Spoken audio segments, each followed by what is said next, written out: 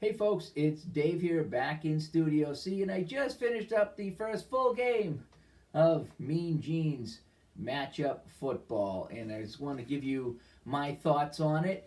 I did an unboxing video of this the other day, you can check out on my channel, and then this morning I actually did a first look at the game. I actually did some gameplay on there. I did notice I made a couple mistakes, so I got a 9-yard run for New England, and by the time I figured it out, was explaining to the camera what was going on. I think I recorded it as a 5-yard gain or something, and I think I didn't run back a fumble either. You got to check for that. But aside from that, I got some gameplay on there. I just wanted you to see how the game worked. I'm still getting into the flow of it as well. So, Mean Gene's matchup football. Played it right here in Studio C. I used the Downey printed cards, and actually, I just sent an email off to Downey Games today. When I got done playing, my fingers were covered in ink. I look at why my fingers black. They still are black. It's from the ink on the cards. So I sent them an email and I asked them if, since I already bought the game, the printed version, if they would send me the PDF so I could print it out on my own so I wouldn't get ink on my fingers. And I wouldn't normally do this if I didn't like the game. So that's a good thing. I do like the game, so I'm going to print out the cards so I don't get ink on my fingers. So that's the first thing. Second thing, some notes about the game. The final score between the New England Patriots and the Cincinnati Bengals in 2016, it was New England 24 and Cincinnati 14. Okay, to give you an idea how it went, New England had 9 drives and Cincinnati had 9 drives. So not too bad. I'd like to see each team get at least 10 drives in a game, because I think that's what game-winning drive does. Okay, and let's see. So New England ran 76 plays, and Cincinnati only ran 53 plays. Okay, for a total of 129 plays, not including kickoffs or punts. Okay, so what I did is I ran 33 plays a quarter if I factored in timeouts, and I tacked on a couple of plays for the timeout. So I got about 130 plays in for this game, each team having 9 drives. Notably, in the first quarter, Cincinnati went 3 and out on their first drive, and by the time they got the ball back, they only got 3 more plays in the quarter. So Cincinnati got 6 plays in the first quarter because New England had a 19-play drive. I just felt some of the drives went really long. That was the longest one. So maybe because it was my first time playing, it felt like the drives went long. But New England went 19 plays, and they finally scored. A couple other notables here. In the third quarter, there were 2 long drives. Cincinnati had a 15-play drive. New England, 14-play drive. So by the time that was all said and done, that chomped up the whole third quarter. So New England got 1 possession. Cincinnati technically got 2 as they got the ball back for one last play before the third quarter ended. So does that sound about right? 30 plays in a quarter. New England touched the ball once. Each team basically touched the ball once in the third quarter. So there was some long drives in this game. Let's see. At one point it was 21-7 New England, and I kind of felt like Cincinnati had no chance. I didn't think they could come back from 2 scores down the way the game was playing. I mean, getting only 1 possession in that third quarter, and Cincinnati basically getting 1 possession in the first quarter. But it panned out because I started to throw more medium passes, and I was connecting for Cincinnati. So they drove down and cut it to 21-14. So I guess it was possible after all. A couple other notables here was the fumbles. Wow. I want to say that on the cards here, if you see that red there, anytime you get the red, if it's a rush or a run or a pass, and you land in that red area, you got to check for a fumble, or it is a fumble. I had 10. New England had 5 fumbles in the first half all by themselves. I thought that was kind of high.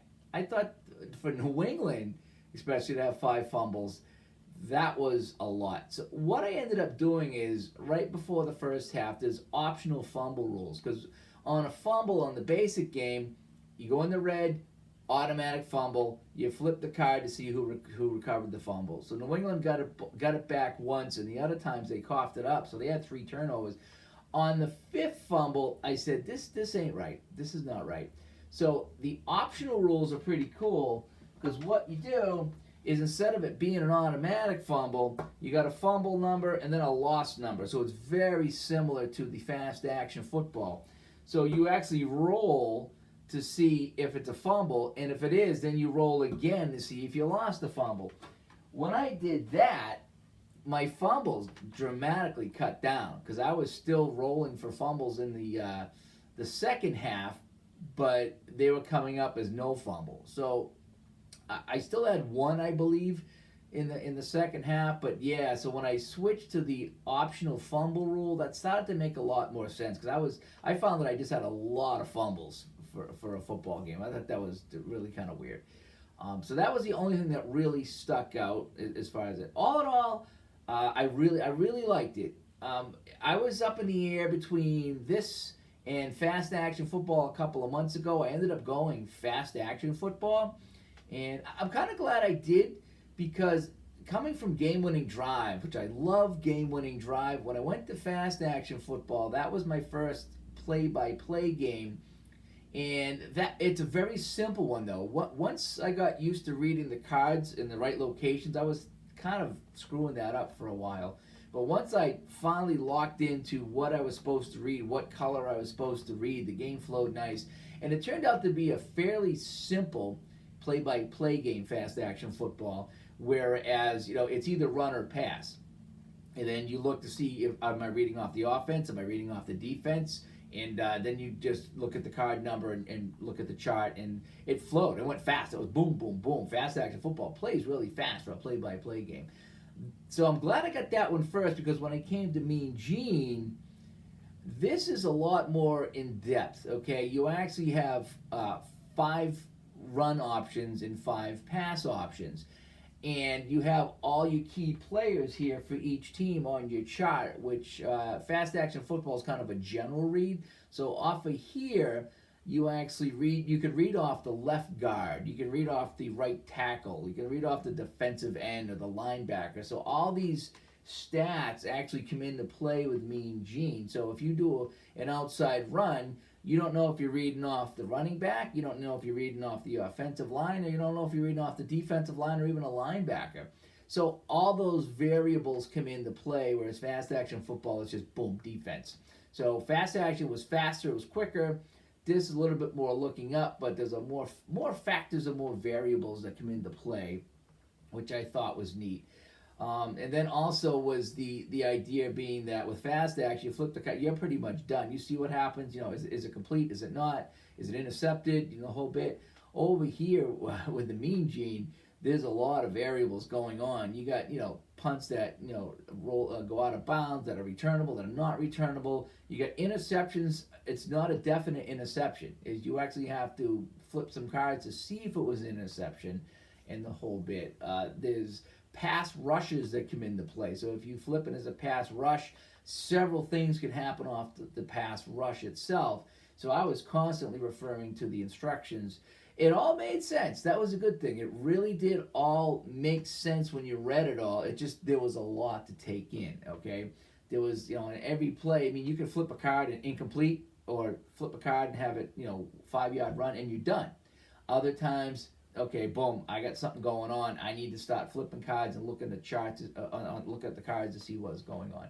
So it's a lot more going on than fast action football. I found it easy to follow. It's just there was a lot more to take in. And so, but I did enjoy it. I really did. So I'm glad I went fast action first, because it got me in the flow of a play-by-play game and looking at team cards. And that's the other thing I like. I like having the teams here. At some point, I plan on getting one of the games that has individual cards with the players, and you can whatever. But having this is perfect for me right now. The teams with their key players. Yeah, there are options for injuries and the whole bit, but I just left that off. I just played the game. I just want to play the game and see how fun it was, or how not fun it was. Turns out to be, it was very fun. But you can really kind of really get into this game if you want to. I kind of played it on a basic level. I did change, like I say, the fumble thing. There is, if you look at the optional rules, you can go to a defensive matchup and an offensive matchup to see how they work. And then if the defense guesses right, then they have a better chance of stopping the offense. If the offense, fools the defense, then they get, you can add something to the roll to get a better roll. I didn't do that just yet. I just kind of kept it basic and just read off the card. So anyway, so just wanted to kind of follow up with my first full game of Mean Gene. There's not a lot of videos. In fact, there's none. I didn't see any videos on this game on YouTube that I could find. And so that's why I put up 2 or 3 already for this game. Because this game needs some love. It does. It's fine. It plays good. It's fun. And once you start to learn all the different variables and what the symbols mean, then you really get it to flow. And once this morning I didn't want to do an interception because the interceptions were, a little more complicated. So I was avoiding those in my first look this morning. But I actually had a couple of interception flips this afternoon. They really weren't as difficult as I was probably making them out to be, but it was a couple of more steps to figure out if it was intercepted in the whole bit. But all in all, this looks really fun. It's a little bit more involved in fast action football. I do like the fact that I can call a dive up the middle, a quarterback sneak, which would be a dive. I can run to the left. If you got a stronger left guard or left tackle, you might want to run that way. You might want to avoid their better guys as much as you can, so you might want to throw to the left rather than the right. But so I do like those options there. So you get 5 pass options, 5 run options. I like that. Everything seemed to flow pretty well.